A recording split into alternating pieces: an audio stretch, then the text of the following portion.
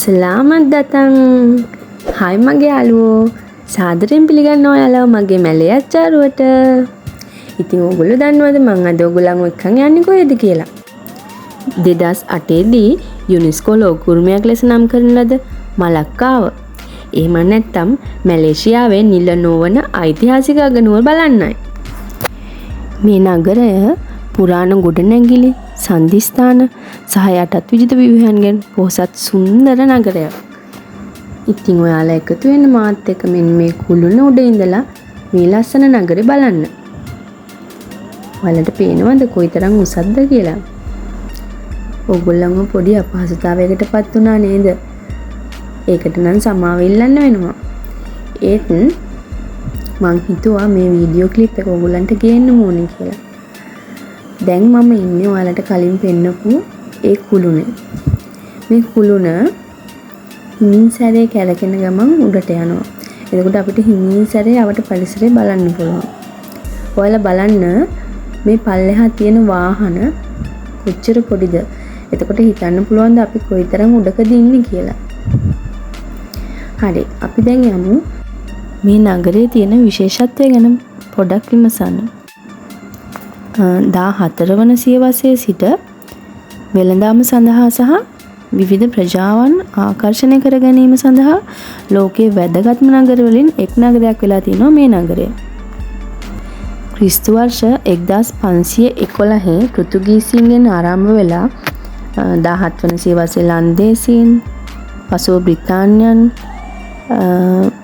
මේ නගරය යටත් විජිතකරණයට ලක් කරගෙන තියෙනවා. මේ හේතුන් නිසා මේ නගරයේ ඉතිහාසය මැලේ, ඉන්දියානු, චීන සහ යුරෝපීය සංස්කෘතියන් අතර සියවස් ගණනාවක යටත් විජිතකරණයෙන් ලැබුණු ඓතිහාසික සහ පෞරාණික පුරාවස්තු ගොඩක් මේ නගරය ඇතුළේ අඳර ගන්න පුළුවන්කම තියෙනවා. ඔයාලට පේනවද අර ඈත පේන ඇල? මාත් එක්ක දිගටම මේ වීඩියෝ එක රැඳිලා හිටියොත් ඔයාලට ඒ ඇල කොච්චර ලස්සනයිද කියලා දැක ගන්න පුළුවන් වෙයි.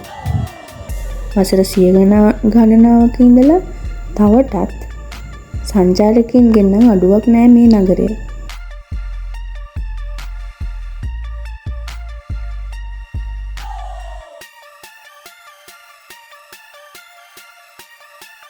ඇත්තට මේ ගෘහ නිර්මාණ ශිල්පය නිසා මේ අලංකාර නගරය තවත් වර්ණවත් කරනවා. මේ සාරාංශගත කරලා කියන තොරතුරු පිළිබඳව නැවත සවිස්තරාත්මක විස්තර ඉදිරිපත් කරන්නම්කෝ මම ඔයාලට. මෙන්න මේ වගේ විසිතුරු බයිසිකල් වලින් හවස 6 ඉඳලා අපිට මලක්කාව වටේම සංචාරය කරන්න පුළුවන්. මේ ආන්ටි තමයි මට මලක්කාව බලන්න උදව් කරේ. මෙන්න ළමයි පානිපූරි. මගේ ජීවිතේ සැරටම කාපු පානිපූරි එක. හැබැයි ඇත්තටම රසයි.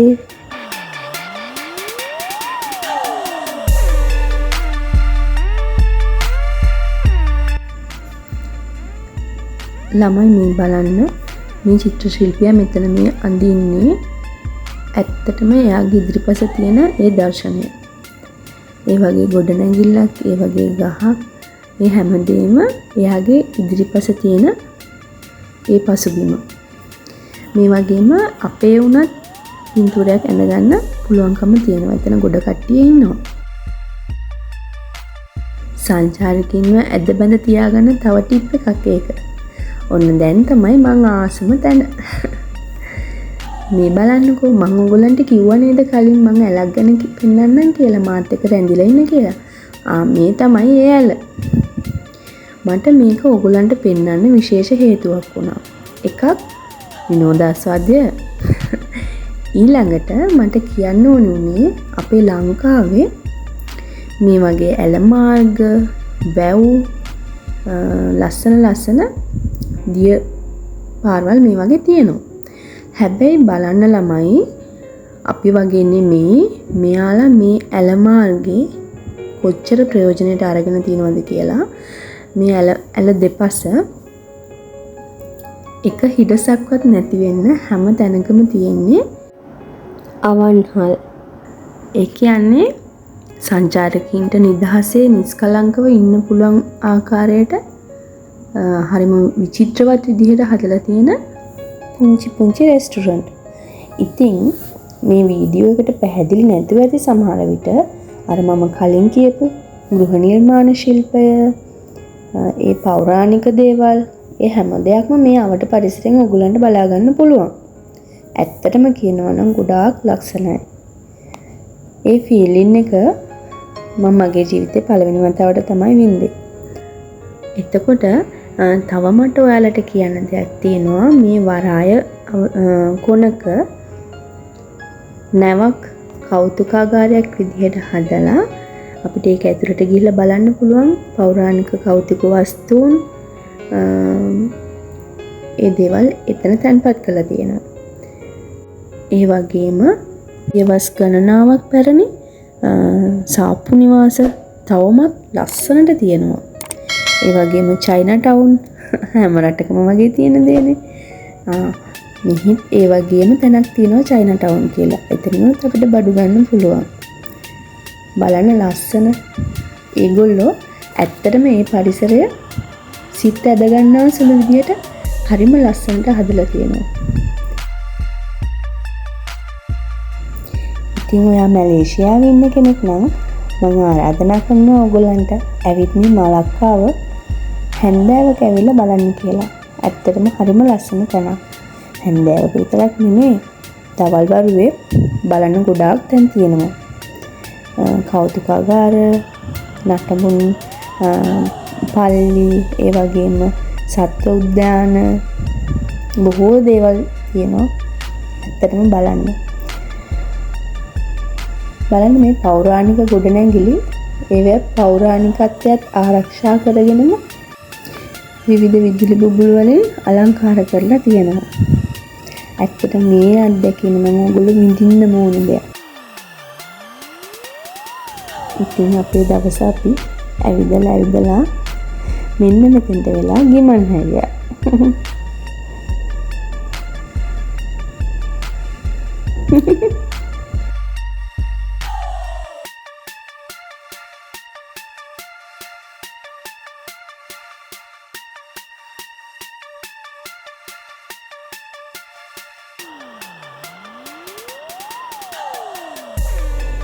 ඔන්න මේ තියෙන්නේ සංචාරකින්ව ඇද බැඳ තියාගන්න තවත් ටිප් එකක් මෙයාලගේ. බලන්නකෝ. එහෙනම් ඔන්න අදට මැලයාච්චාරුවෙන් සමුගන්නයි යන්නේ අපි. මේ වගේම ලස්සන වීඩියෝ එකක් අරගෙන ඉක්මනින්ම එන්නම්.